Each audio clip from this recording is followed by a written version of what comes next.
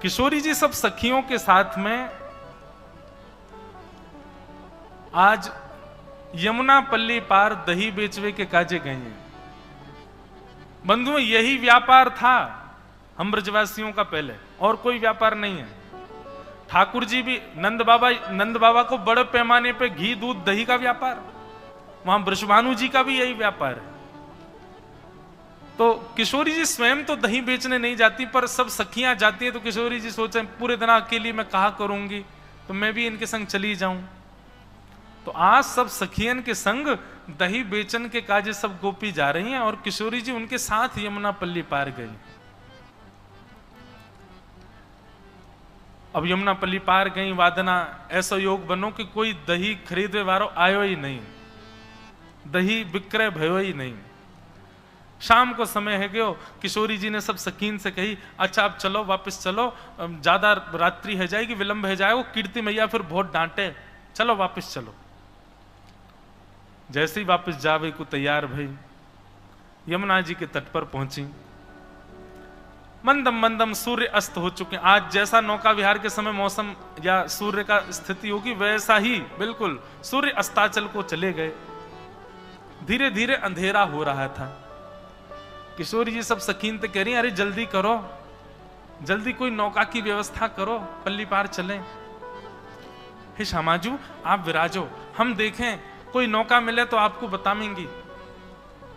सखियां सब ऊपर चढ़ चढ़ करके और महाराज यमुना के तट पर देखें, पर दूर दूर तक कोई नौका दिखाई नहीं दी। हे श्यामाजू, आज तो श्री यमुना जी ने हमारी परीक्षा ले ली है, दूर दूर तक एक भी नौका नहीं है, और ना ही कोई नौका चलावे वारो दिख रहा है। हे श्यामाजू कहा करें?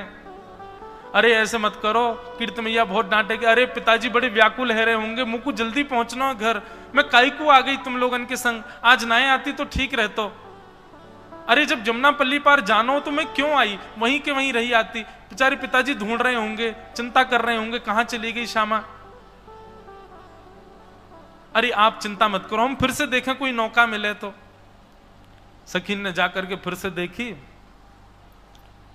इतने में ही एक नेक्सी सी नौका में, और नेक्से से गोपाल जी बढ़िया सुंदर वस्त्र पहने, ऊंची धोती पहने, सिर पर ढांटो बांधे, छोटी सी अपनी नौका वहीं अकेले ही चला रहे।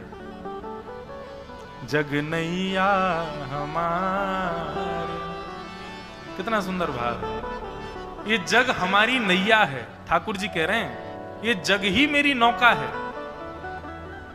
जग नैया हमारे, नैया में हम हैं और हम में संसार। जग नैया हमारे, नैया में हम हैं और हम में संसार। ठाकुर जी अपनी नौका चला रहे हैं, छोटी सी नौका, नेक्से से बटुआ से ठाकुर जी। इतनी बड़ी नौका है कि ठाकुर जी जैसो एक और आ जाएगा, बस से ज्यादा जगह नहीं है नौका में। अकेले ठाकुर जी चला रहे हैं। इतने में ही गोपी ने ऊपर से देखो, थोड़ी थोड़ी शाम ढल गई है, और शाम ढलवे पे नौका तो दिख रही है, लेकिन नौका चलावे वारो ना दिख रहा। ठाकुर जी शाम में विलीन है गए। अरे श्यामाजू एक नौका तो दिखाई दे रही है छोटी सी, और वह नौका में गदमदरा सो छोरा और बैठो है। गदमदरा समझे? गदमदरा मतलब रे जाके अंग प्रत्यंग नेक नेक हड्डी से उभर गए हों, नेक नेक भारी भारी है गए, वहां को गदमदरा के। सब सखी बोली एक नौका तो दिख रही है, वहां में गदमदरा सो एक छोरा दिख रहा है। श्री जी बोली कछु करो, कैसी करो, कोई भी उपाय करो, नौका बुलाओ, मोकू जल्दी बृषभानु जी के पास पहुंचना हो, मैया बाबा बड़ी चिंता में होंगे। ये सबसे पहली नौका विहार है श्यामजू की, ठाकुर जी की और श्री जी की। आप चिंता मत करो, हम अभी बुलावे। सब गोपी गई। गोपी जाकर के सब अटारी चिल्लाने लगी, ओ मल्हा के, ओ नाव चलावे वाले, जल्दी अपनी नौका लेके आ यहां पे। ठाकुर जी धीमे धीमे नौका चला रहे। नौका चलाते चलाते रुक गए, और रुक करके एक बार देखी, और देख करके फिर दूसरी तरफ देख करके अपनी नौका चलाने लगे। गोपी बोली बड़े अहम में बैठो ही तो नौका वारो, देख क्यों मुंह फिर ले अपना। ओ भैया नौका वारे, ओ मलाके, नेक अपनी नौका लेके आ जल्दी इत पार, हमारी शामाजू पार करेंगी। ठाकुर जी बोले पहले तमीज से बोल ले, मलाके चिल्ला रही, कोई मलाको थोड़ी हूं मैं कोई नाव चलावे वाला हूं यहाँ पे। जी मेरी नौका है, मेरी खुद की नौका है, मेरे बाबा ने छोटी सी मोकू बनवाई है, यहां मैं बैठ के कभी कभी जमुना जी की सैर करूं मैं, कोई आर पार करवे वारो कोई मला ना हूं मैं। कहां ते आ गई है जन जोर जोर चिल्ला रही मलाके। ठाकुर जी की बात सुनकर के गोपी बोली अरे जे तो मान कर रो है, रूठ रो है। दूसरी गोपी बोली अरे कैसे हो श्यामाजू को पार करनो भैया, दूसरी नौका दिख नहीं रही है, जय को बुलाओ, ने प्रेम से बुला लो। गोपी सब कहने लगे अरे मलाके, ओ गदमदरा से कारिया, अपनी नेक्सी सी नौका लेके इतकू आ जा। प्रेम से जब बुलाने लगे ठाकुर जी बोले नेक देख के तो आऊं कहा है रो, चल दो। अब नेक सीसी अपनी नौका ठाकुर जी वाकू लेकर के, और कभी तो वह खूब तेज गति से चलाने लग जाएं, और तेज से चलाते चलाते कभी कभी ठाकुर जी रुक जाएं, पतवार को धर दें और अपने हाथ पामन ने फैला के वही में सो जाएं। गोपी के अरे नेक जल्दी कर ले, बीच बीच में कहां रुक जाए करे। बोले मेरी नौका, मेरे बाबा ने मोकू बनवाई है, मैं कोई मजदूरी ना कर रहा हूं, जब मन होगा तब आऊंगा पल्ली पार। खूब ठाकुर जी कभी नाचने लगे, कभी गाने लगे, कभी उछले, कभी सो जाएं, धीरे धीरे करके नौका लेके आए। सखी ने जाकर के कही भैया हम कोई 7-8 गोपी हैं, दही बेचन के काजे या गांव में आई हैं जमुना पल्ली पार, अब दूर दूर तक कोई नौका दिखना रही है, शाम ढल रही है, नहीं भैया तू कृपा कर दे हमें पल्ली पार पहुंचाए थे। ठाकुर जी बोले पहले तो दूरी ते बात कर, मां कोने में चली जा, आ रही है चढ़ रही मेरी नौका में, ऐसा मोटो ताजो तेरो शरीर चढ़ गई नौका टूट जाएगी मेरी। और तुम कितनी सखी बताई? बोले 6-7 सखी हो, सबरी बैठ जाओगी, कहां लोगो मेरी नौका को। बोले अरे भैया मान जा, आपत्ति काल में तो इतना कर ही सके, हम सबरी लटक जाएंगी, कोई यहां लटक जाएगी, कोई पल्लंग को है जाएगी, बैठा के न पार कर दे। ठाकुर जी बोले मैं ना कर रहा हूं पार। अब यहां ठाकुर जी की सखियों से थोड़ी ऐंठ तो चली रही थी। अच्छा एक बात है, हम श्री राधे जू के बल अभिमानी, किशोरी जी के उपासकों का लक्षण क्या है? जो हमारी श्री जी के उपासक हैं उन लोगों को लक्षण क्या है? श्री राधे जू के बल अभिमानी, किशोरी जी के बल को अभिमान जिनको रहवे वो कैसे रहमे? बोले टेढ़े रहे मोहन रसियासों, बोलत अटपटी वाणी। हमारी श्री जी के उपासक जो है ना वो ठाकुर जी से सीधे मुंह बात ना करें। किशोरी जी के उपासक लाला के पास जाएंगे और जाकर के ऐसे बात करें जैसे लाला कोई है ही, कछु है ही ना है। ललता विशाखा आदि सखी इनकी हमेशा जब देख लो तब ठाकुर जी से इनकी भेड़ होती रहे, ठाकुर जी से लड़ती ही रहे। मैं जब देखो ठाकुर जी की नोक झोंक चल रही है, मैं अपनी नाम में ना बैठाऊंगा, और जैसे ठाकुर जी अपनी नाम में बैठ के जान लगे सबरी नाम पकड़ ले, अरे अरे तेरे हाथ पांव जोड़े भैया मत जावे। वार्तालाप चल रही है। अच्छा अभी तक सखियों को पता नहीं है कि श्याम सुंदर ही है, थोड़ा भेष बदल के आए ठाकुर जी। इतने में किशोरी जी ने मन में विचार किया, इतनी देर है गई, ये कहां बातचीत चल रही है ना, चल के तो देखूं। तो हमारी यमुना जी में अब तो बिल्कुल ही खत्म हो गए, हमने बचपन में देखे श्री यमुना जी के किनारों पर ऐसे ऊंचे ऊंचे टीले होते रेत के कि यमुना स्नान कोई कर रहा है तो आपको दिखाई नहीं दे सकता रोड से। तो वह टीले के पीछे से श्री जी अब चढ़ करके आ रही हैं वहां की तरफ, और जैसे ही टीले के ऊपर किशोरी जी पधारी, लड़ते झगड़ते ठाकुर जी ने एक दृष्टि से नेक श्री जी को देखो। श्री जी को देखते ही ठाकुर जी की ना हां में परिवर्तित होने लगी।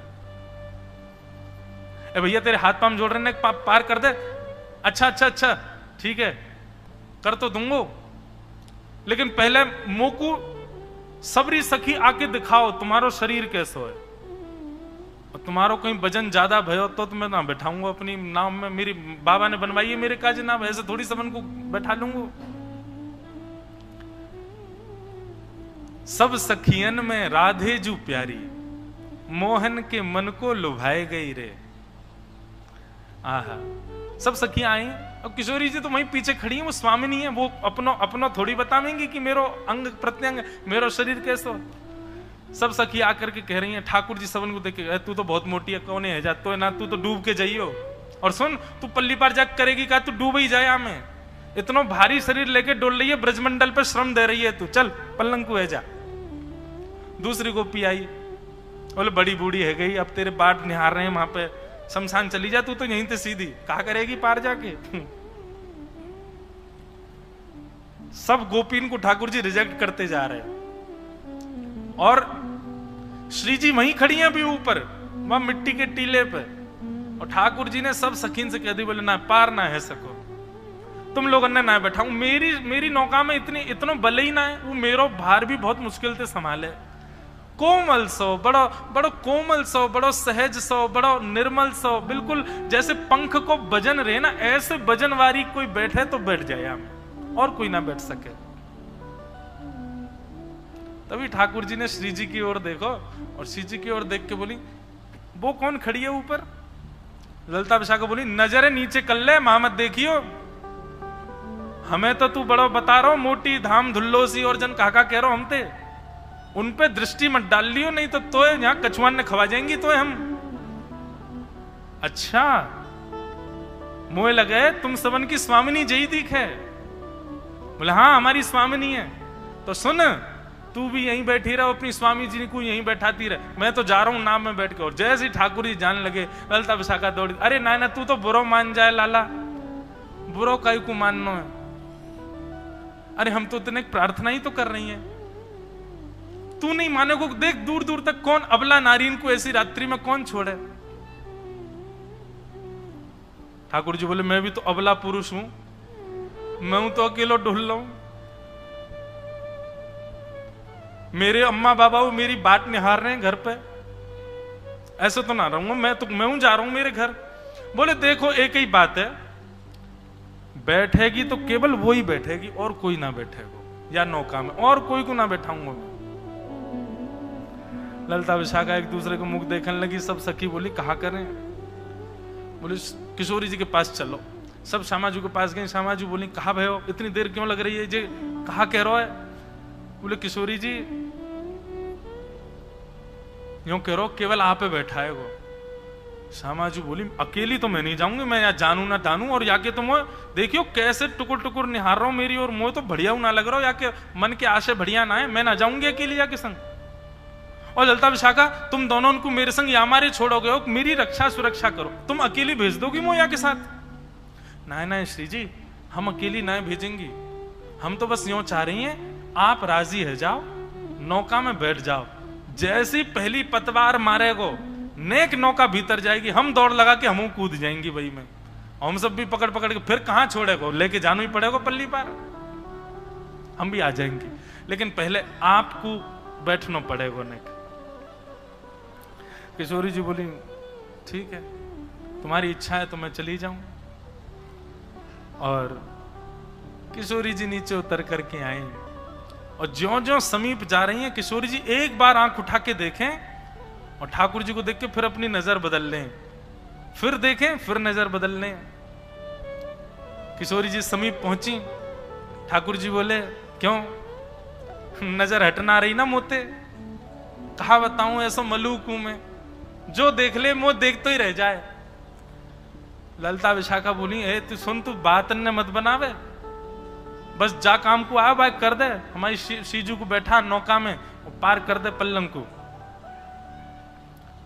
ठाकुर जी बोले पहले एक काम होएगा। बोले अब कहा होएगा? बोले जो तुम्हारी श्री जी हैं इनके पामन में बड़ी धूल मिट्टी लग रही है, पहले मैं इनको साफ करूंगा। अरे भैया अकेले इनको वजन सह सके मेरी नौका, इनके पामन में धूल मिट्टी लगी है, या को वजन यदि मेरी नौका में गयो तो डूब जाएगी। ललिता विशाखा बोली ये सब तो तेरे बहाने हैं, स्पर्श करवे के हम सब जाने ना है, तू सकलती पता चल लो कैसा है। लंपटता के पूरे लक्षण है तो में। ठाकुर जी बोले तो फिर ठीक है चली जाइयो, पार में जा रहा हूं। बैठन लगे नौका। अरे ना ना ना, तू तो बुरो मान जाए लाला, आजा आजा।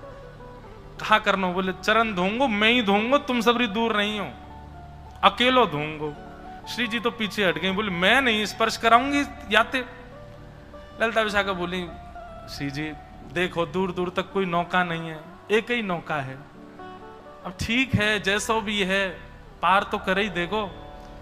और श्यामाजू एक बार बस या की नौका में बैठ जाएं हम, फिर तो या ऐसा सबक सिखाएंगी, पल्ली पार ले जा करके तो या के हाथ पांव बांध के एक एक डुक मार के जाएंगी यहाँ में।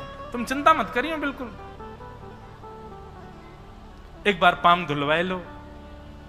श्री जी आके खड़ी है गई। ठाकुर जी ने सुंदर एक स्थान नियुक्त किया, गड्ढा करके वहां में श्री जी को एक चरण भर दियो। यमुना जल भर के ला रहे हैं और अपने हाथन से ठाकुर जी श्री जी के चरण स्पर्श करके धो रहे हैं। आज जिनका हम चरित्र भाव सुन रहे थे श्री परमानंद दास जी, उन्हीं का एक पद है सुंदर। बंधुओं, श्री जी की उपासकों को चाहिए नित्य इस पद का गायन किया। कुछ पद ऐसे हैं हमारे ब्रजमंडल, उनका गान नित्य करो। जैसे हरिराम व्यास जी का किशोरी तेरे चरणन की रज पाऊं, विठल विपुल बिहारिन देव जी का हमारे माई श्यामाजू को राज, श्री परमानंद दास जी का यह पद धन धन राधिका के चरण। बहुत सुंदर भाव। ठाकुर जी अपने हाथन से किशोरी जी के चरण धो रहे हैं। ये लीला मैंने एक ही बार कही है पहले, उसके बाद आज ही श्री दत्त धाम में कहने का अवसर मिल रहा है। बड़ी प्यारी लीला है। किशोरी जी एक पांव ऊपर करके खड़ी हैं, एक पांव नीचे है। ठाकुर जी अपने कोमल हस्त कमलन से किशोरी जी के हस्त कमल को स्पर्श कर रहे हैं और अपने हाथन से धो रहे हैं। किशोरी जी अपने आप को संभाल रही हैं। ललिता विशाखा ने किशोरी जी को ऐसे अपनो कंधा देवे आमे। ठाकुर जी के दूर, कोई स्पर्श मत करियो, मैं अभी चरण धो रहा हूं। और चरण धोते समय यदि कोई और ने इनको स्पर्श किया तो ऐसा मानो जाएगा कि मैंने वाके चरण भी स्पर्श किए का, और तुम सबन के स्पर्श नहीं करूंगा, तुम स्पर्श के योग्य नहीं हो, मैं तो इन्हीं के करूंगा, या हमारे दूर रहो। श्री जी बोली अरे बाबड़े मैं गिर जाऊंगी, फिर क्या करेगो? ठाकुर जी मंद मुस्काए, बोले अरे आप भी बोलना जानो का, इतनी देर रह गई बोले ही नहीं रही हो, चलो स्वर तो निकलो, एक काम करो ना, मैंने ऐसी बढ़िया पाग पहनी है जड़ी की, यहाँ पे अपने ने हाथ रख दो, दोनों हाथन को रख के बढ़िया खड़ी है, जाओ धो लो आपके चरण। किशोरी जी खड़ी हैं, दोनों हस्त कमल रख के ठाकुर। अब देखो एक और चित्र बता रहे हैं हम। एक पैर पर श्री जी खड़ी हैं, दूसरों पैर पीछे की ओर मोड़ रखो है, और दोनों हस्त कमल श्याम सुंदर के शीश पर रखे हैं, और ठाकुर जी नीचे बैठ करके श्री यमुना जल से किशोरी जी के चरण धो रहे हैं। कितना सुंदर स्वरूप है। कोई बनाए या चित्र को। ठाकुर जी ने चरण प्रक्षालन किए।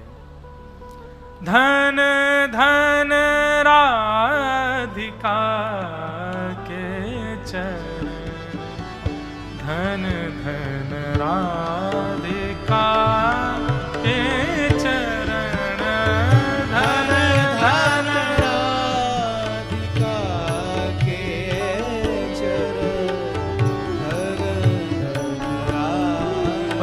स्मरण करो श्यामाजू के चरणार बिंदम को।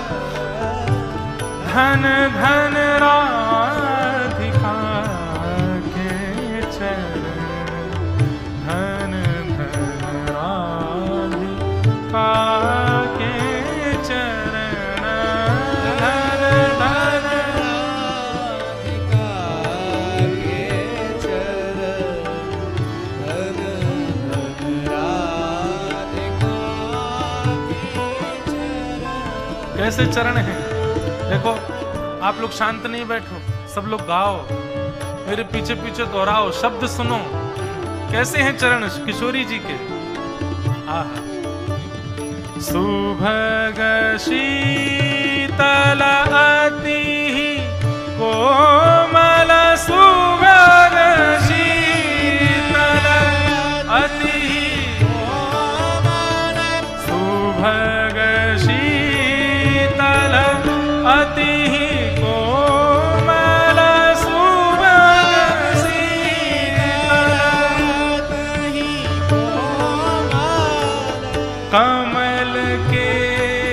सेवरण धन धन कमल के सेवरण धन धन कमल के सेवरण धन धन कमल के सेवरण धन धन राधिका के चरण धन धन राधिका के चरण धन धन राधिका के चरण बोल वृषभानु दुलारी की जय।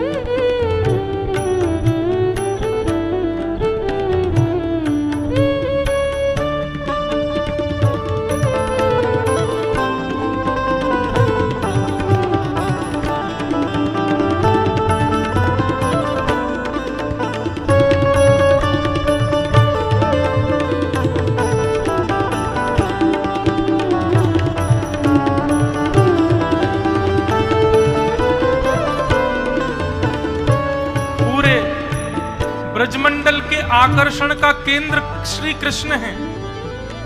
उनकी चाल पर कोई मोहित है, उनके रूप पर कोई मोहित है, उनके नेत्रों पर कोई मोहित है, उनके श्रृंगार पर कोई मोहित है।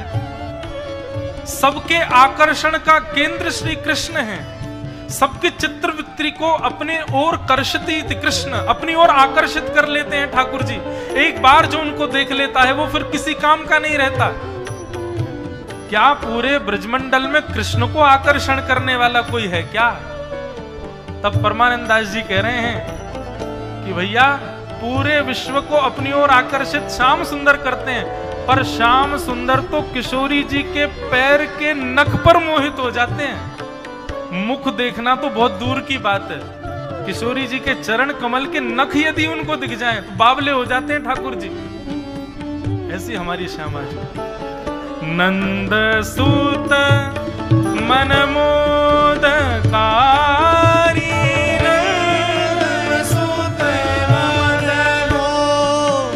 मोदकारी, नंद सूत मन मोदकारी,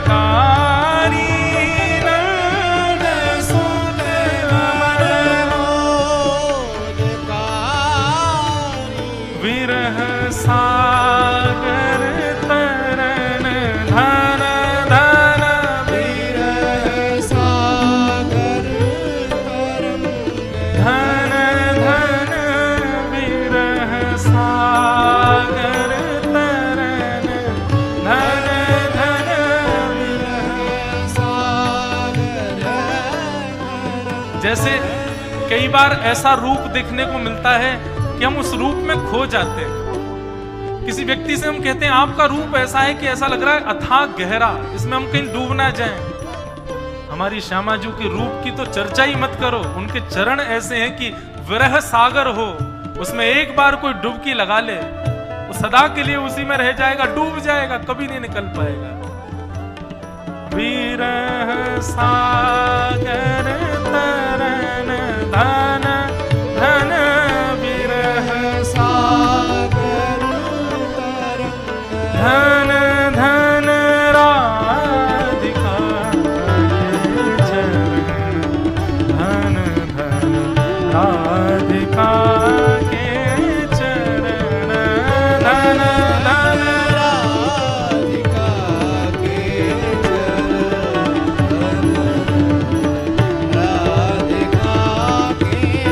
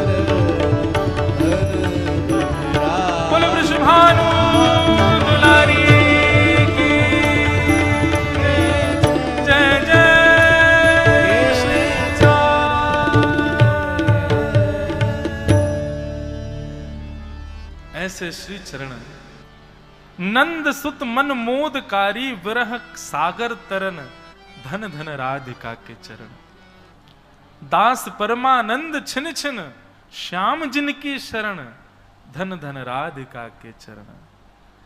ऐसे श्री किशोरी जी के चरणार बिंदों को ठाकुर जी अपने हाथों से प्रक्षालन कर रहे हैं और बीच बीच में सखियों से छुपा लेते हैं। चरणों में ऐसे खो गए महाराज कि धोते धोते धोते इतना समय न कर गो। ललता विशाखा बोली हम बे अब ऐसा कर दियो कि हमारी श्री जी के चरण पूरे मज जाए हैं, छोड़ मत दियो। अरे देखना रो कितने कोमल चरण हैं।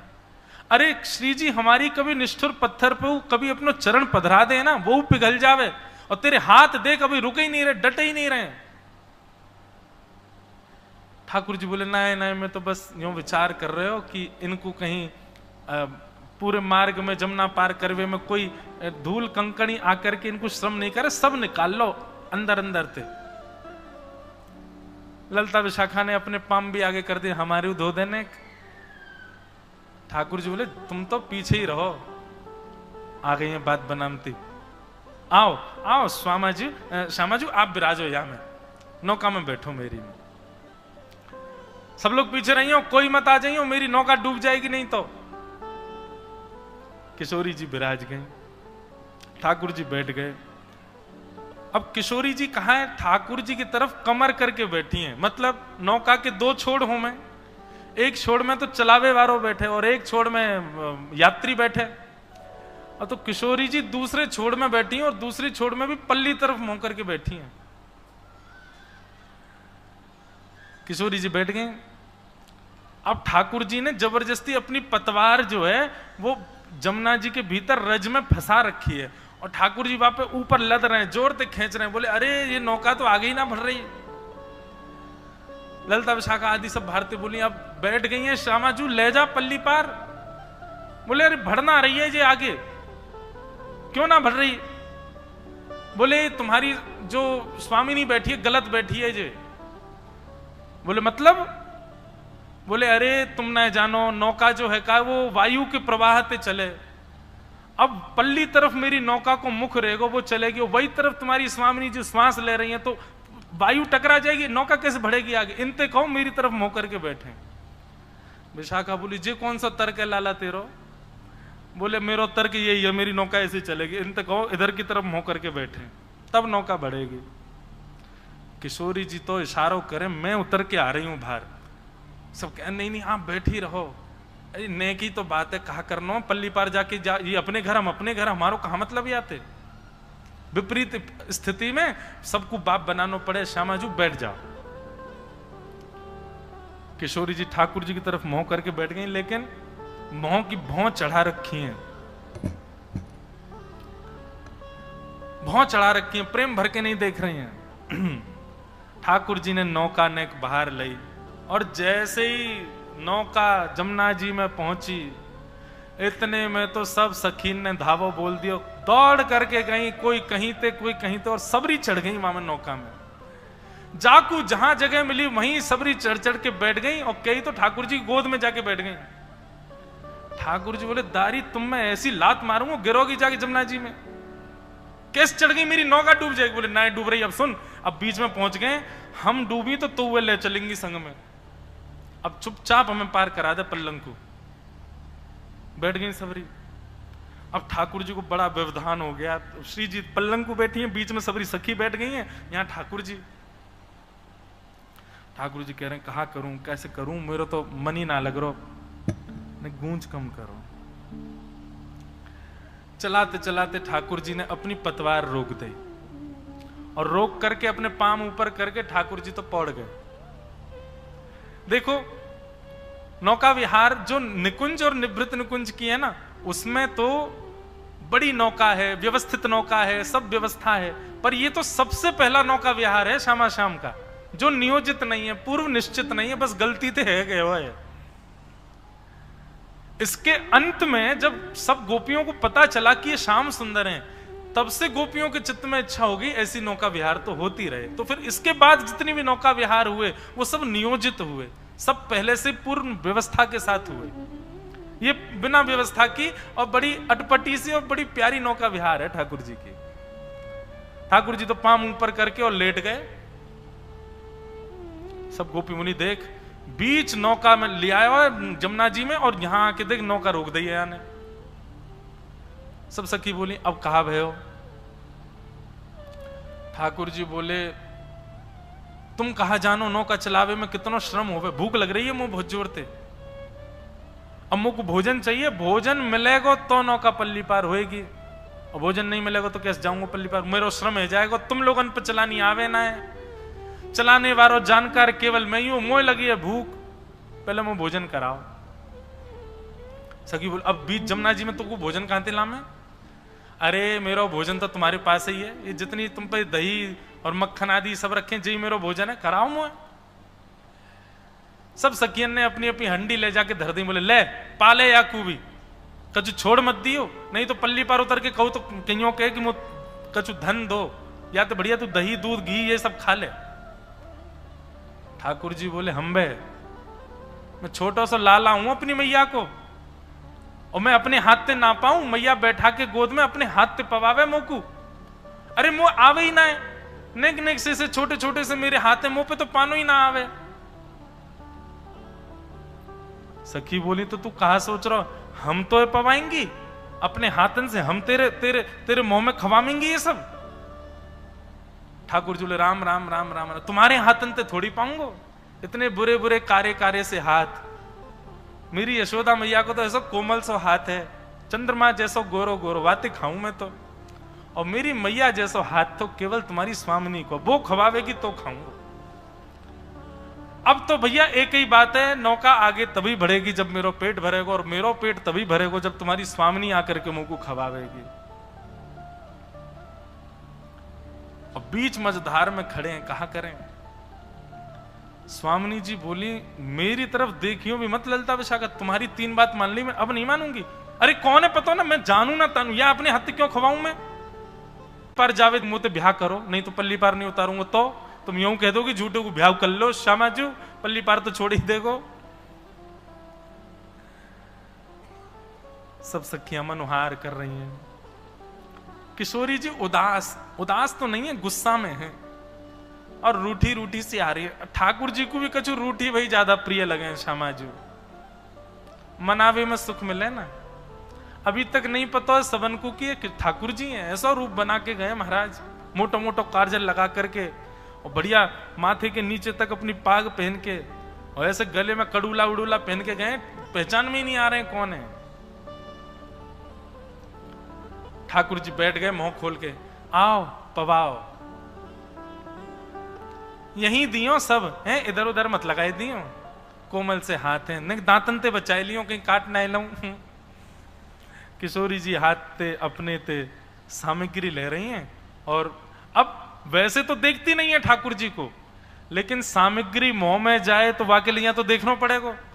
तो जैसे ही ठाकुर जी की तरफ दृष्टि डालती हैं तो किशोरी जी के नेत्र ऐसे आकर्षित हो जाते हैं, वो किस प्रकार मुख खोल रहे हैं, मुख खोलने पर उनकी 2 दंतावली दिख रही हैं, मुख खोलने पर जो अंदर की जिह्वा है उसमें उसका भी एक अलग ही रंग है, वो मुख के आसपास का जो ओष्ठ का ऊपरी भाग नीची भाग है वो इतना सुंदर इतना आकर्षक लग रहा है।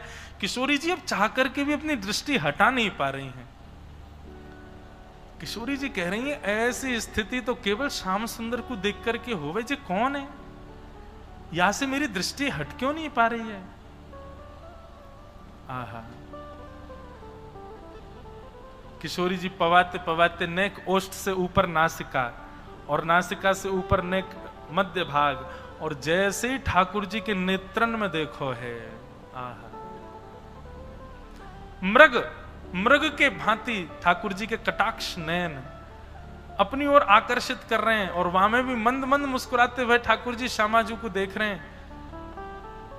श्री जी को रोम रोम पुलकित है गयो, नेत्रन से अविरल अश्रुधार गिरने लगी, मन रूपी मयूर नृत्य करने लगो।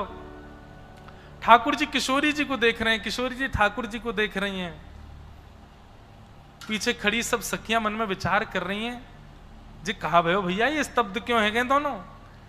किशोरी जी ने जाकर के ललता विशाखा ने जाकर के किशोरी जी को ने चेतायो तब श्यामाजू को ने होश आयो, होश आती अपने आंख मीड़न लगी, बोले नहीं नहीं नहीं श्याम सुंदर नहीं है, श्याम, अरे मुँह ऐसा लगी श्याम सुंदर तो नहीं, अरे इतना बुरा श्याम सुंदर तो बड़ा सुंदर है श्री जी, जो श्याम सुंदर थोड़ा ही है। श्री जी ने स्वयं को संभाल लियो, पीछे जाके बैठ गई, लेकिन मन में विचार कर रही हूं मैं क्यों आकर्षित हुई, मेरे नेत्र तो और कोई को निहारे ही ना है ठाकुर जी के अलावा। हारे लाला अब तेरा पेट भर को चल, अब नौका चला। ठाकुर जी नौका चला में बीच भंवर में जाके फिर घुमा ले, फिर वापस ले जाने लगे, फिर बीच में फिर घुमा ले, फिर वापस ले जाने लगे। सब सखी बोली कहा भयो, बोले पतो ना नौका चलावे में सुख ना मिल लो, आनंद ना आ रो, नौका चलावे में मुझको सुख ना मिल लो। सब सखी बोली कैसे मिलेगा सुख, बोले एक सुंदर दृश्य चाहिए नेत्रन के सामने देखवे को, तब मन लगेगा नौका चलावे में, अभी मेरो मन ना लग रहा, तुम कारी पीरी भोरी सी सबरी दिख रही हो, मन ना कर रहा तुम्हें देखवे को। वो अपनी श्यामाजू से कहो वो मेरे सामने आके बैठे, देखो अब तुम सबन को पार कर रहा हूं, छोटी सी नौका है मेरी, इतना तो कर सको अंतिम। ललिता बोली मोह देख ले, इतना ही देखवे को तेरो मने मेरो मुख देखते देखते पार कर दे। ठाकुर जी बोले डूब के प्राण ना त्याग दूं मैं तो देख लूं। किशोरी जी को बुला, श्यामाजू को बुला, वो ही बैठे, उनको देखते देखते पार करूंगा। श्यामाजू के भी मन में कौतुक तो है कि मैं भी जाऊं आगे बैठूं, नहीं देखूं तो सही आके प्रति चित्तवृत्ति आकर्षित क्यों भई है। किशोरी जी जा रही हैं, अब नेक नेक नजर उठा करके ठाकुर जी की ओर देखें, फिर कहीं और देखने लगे, फिर देखें फिर कहीं और देखें। ठाकुर जी के कछु कछु भावन से, कछु कछु अंग के कैसे खड़े हो में, कैसे बैठे, कैसे बोलें, कैसे अपनी गर्दन टेढ़ी कर लें, उन सबन से श्री जी को अंदेशा तो हेन लगो। श्री जी ने अचानक से नाम स्वर प्रकट किया श्याम सुंदर, और जैसे ही श्याम सुंदर कही तो नौका चला रहे ठाकुर जी के मुख से निकल गई हाँ किशोरी जू। जैसे ही कही हाँ किशोरी, सब सखी खड़ी है गई, श्याम सुंदर, अरे ठाकुर जी पधारे, अरे श्याम सुंदर आए हैं। यमुना जल से मुख प्रक्षालन कियो, मुख धो करके जैसे ही महाराज केश खोले, घुंघराले केश, ठाकुर जी की अलकावलियां प्रकट है गई, सुंदर मोर पिच छुपा रखो वो निकल करके प्रकट है गयो। ठाकुर जी के मधुर या स्वरूप को देख करके बादलन में छुपे भय चंद्रमा स्वयं को रोक नहीं पाए, या फिर ऐसा कहूं द्वितीया तृतीया को चंद्रमा हो, लेकिन ठाकुर जी बीच यमुना जी में सब सखीन के मध्य में इतने सुंदर रूप में हैं। चंद्रमा ने भी आज अपने नियम तोड़ दिए, तृतीया चतुर्थी को चंद्रमा आज पूर्णिमा को है गयो, और पूर्णिमा के है कि चंद्रमा ने ऐसो प्रकाश ठाकुर जी के ऊपर डालो है कि ठाकुर जी और श्री जी दोनों पर प्रकाश पड़ते ही उनको प्रतिबिंब संपूर्ण यमुना जल में आच्छादित है गयो।